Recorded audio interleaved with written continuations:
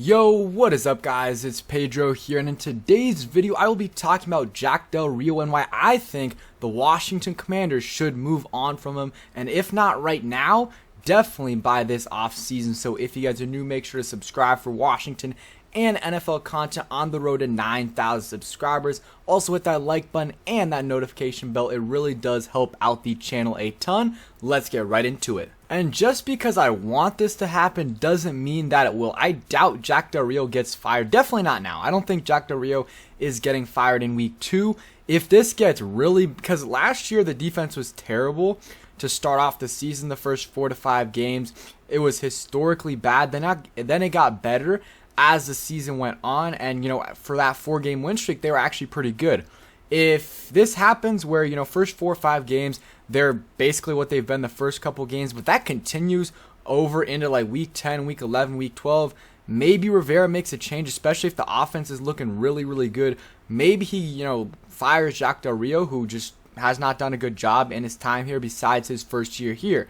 Maybe he does that. But week 2, I don't really think it makes sense for him, especially, if, let's say Jack Del Rio gets fired, then week 10, the defense is still really bad. Well, if you're thinking in Ron's shoes or his perspective, everyone's going to be blaming him in week 10. So I don't think he necessarily wants that. He doesn't want to be put in that situation. So he can have Jack Del Rio as a scapegoat. Even though it is a lot of Jack Del Rio's fault, it is still a little bit Ron Rivera's fault as well. It's just, I really do think, though, the Commanders should move on from Jack Del Rio. And if they did it this year, then you could promote Chris Harris to interim DC or someone else.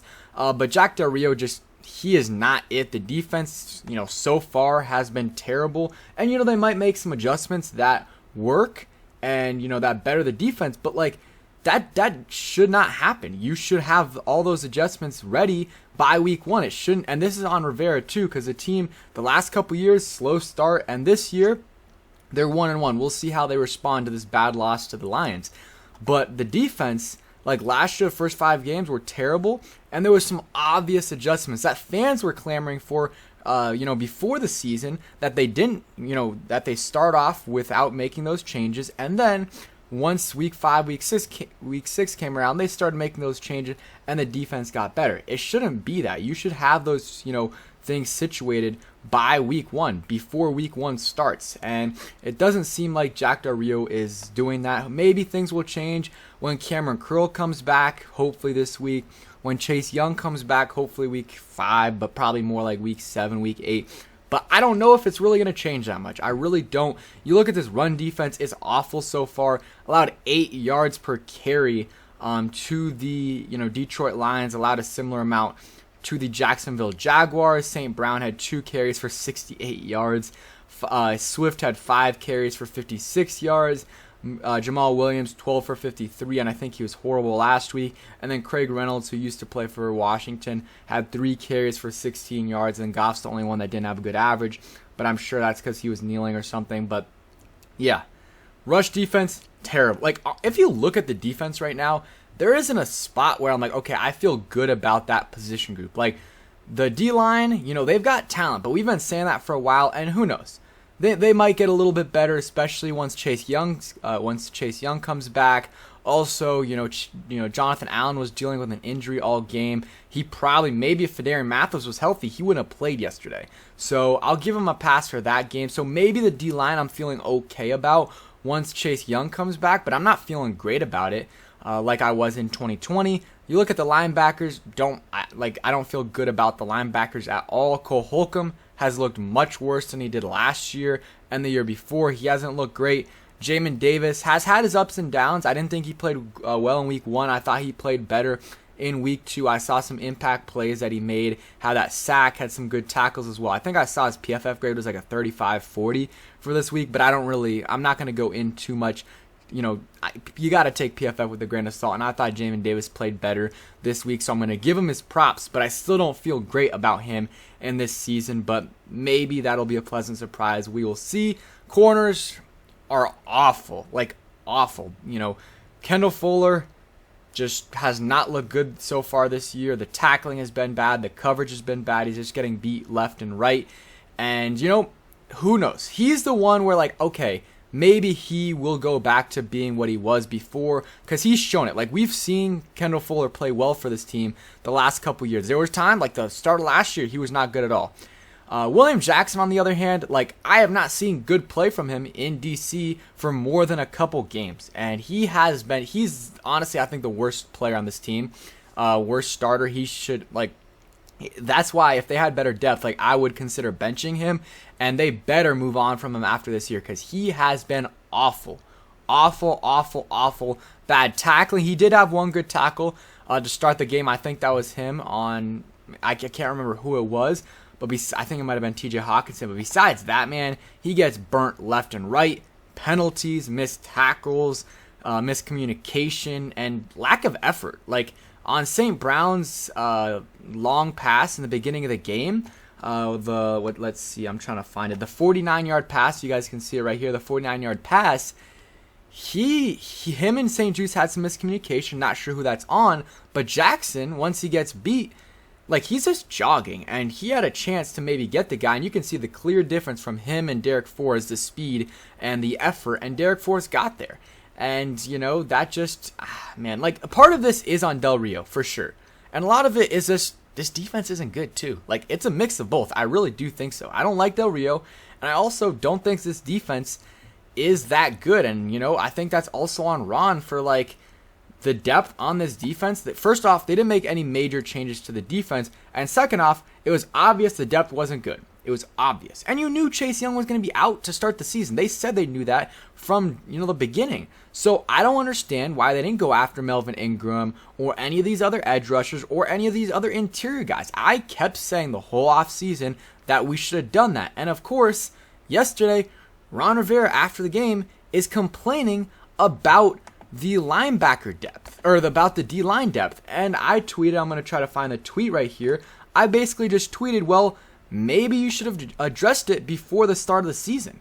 Maybe you shouldn't have released Tim Settle, or not gone after Tim Settle, or released Matt Ioannidis. I will be making a video about Ron Rivera and my frustrations with him maybe tomorrow. Like, there's things about Ron Rivera I really like, and some things that I just really get on my nerves. So I'll talk about that a lot more in, you know, today or tomorrow's video or whenever I post that. But yeah, the defense, it is not in a right place, and Jack Del Rio and Rivera continue to call out Jamin Davis, and I don't know, I don't like that. I really don't like that, and especially after the game where it wasn't, even if they think Jamin Davis played bad, it wasn't just Jamin Davis. It was a lot of different players, and that reflects on Jack Del Rio, Ron Rivera, and Steve Russ. Jamin Davis reflects directly on them. They drafted, Rivera picked him at 19 when, you know, that was definitely a reach. He was more of a late first, early second guy, and they haven't been able to develop him. So that's not really on Jamin Davis. I mean, some of it is for sure, but a lot of that is on Jack Del Rio, Ron Rivera, and Steve Russ. Those guys are supposed to develop him. Here's just a simple, like, play from Del Rio where I'm like, what is going on right here? This kind of coverage, whatever they have here. I believe this is the play where Swift got the pass. Well, look, like, this guy right here, why? I mean, the blitz got there, but, like, if Goff would have looked a little bit earlier, this guy is wide open, and of course Swift is wide open. So you gotta, I know it's 3rd and 15, but still, you can't have this much open space. Look at the open space right here. There is not a defender, like, in front of him for, what is this? He's at the 22 until the 8-yard line, or maybe the 11-yard line. That's insane. That should never happen. And kind of the same thing with Swift right here. Swift is at the 23-ish yard line, and there's no one until the 11. Like, that can't happen. The first down marker is close to here, so he just has to make one guy miss. He made like 4 or 5 guys miss because he fell down. But if he didn't fall down, I mean, the blockers are right here. It's just a 2v2. So he could have easily gotten the first down, I believe, if he didn't fall down at the same time. So that is, I think Ron Rivera talked about it afterwards, that someone missed the assignment. Well, Del Rio should have had him get, Del Rio and Rivera. This is not just on Del Rio, but he needs to get these players in the right position. And I kind of agree with some of the points right here. You just got to make a change. Like, the defense is talented, it's not developing. Guys always out of position. Guys always not communicating well, especially in the secondary. Man coverage corners being played in a soft zone D. No improvement from 2021, and he said it's time. So I wouldn't bat an eye if Del Rio was fired. I really wouldn't. If it was today, I don't think it will though. I do not think Jack Del Rio will get fired this week. But if the defense doesn't improve, I don't care what side of the politics you're on or whatever. If the defense continues to do what they are doing right now for the rest of the season, maybe they get a little bit better, I don't think there's a debate. Del Rio should be fired after this season if this continues. It's so early. It's week 2, so he's got time to make adjustments. But again, like I said earlier in the video, those adjustments should have been made before the start of the season. And yeah, I just don't feel good about this defense because already, like, we've had some injuries, but like the guys that are struggling right now are starters. If there's any injuries at every single position, we have no depth except for safety. Safety, we have Forrest, McCain, who's not great, who hasn't played great, and then we have Curl. At least we have 3 guys that can play okay. Cornerback, after Jackson, Fuller, and St. Juice, you have no one. You have Tariq Castro-Fields, Christian Holmes, Rashad, Wild Goose, guys you do not want to see playing. Linebacker, David Mayo, and Milo Eif. Like, come on, man. And why was David Mayo played? I think he played 18% of snaps, or he played 18 snaps, something like that. Jamin Davis only played 60% of snaps, and they had David Mayo playing over him.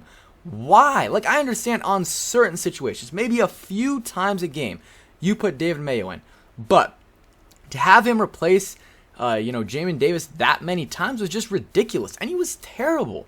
He was so bad in the game. His coverage is terrible. His run defense is average at best. He can get moved easily. His block shedding isn't good.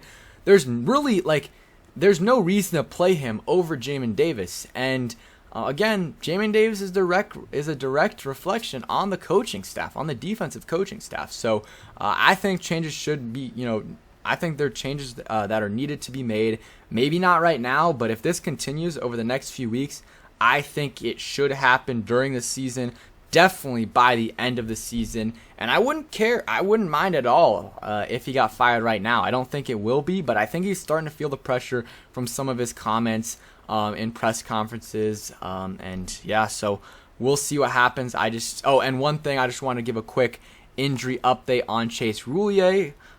He's likely going to be out he's going to be on at least the short-term IR, which is 4 weeks, probably going to be out for the season or close to it. So really sucks. It's the other leg. It wasn't the same leg that he had the injury on last year. Really unfortunate. Starting center, Wes Schweitzer is going to be our guy.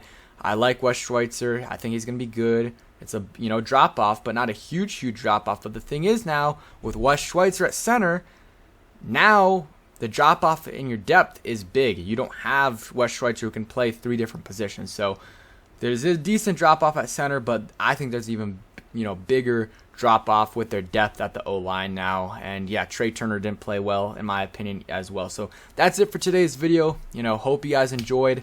Tomorrow we'll have a video going in on Rivera, and maybe we'll have a positive video or something on Thursday or Friday. So thank you guys for watching. Hope you guys enjoyed, and peace.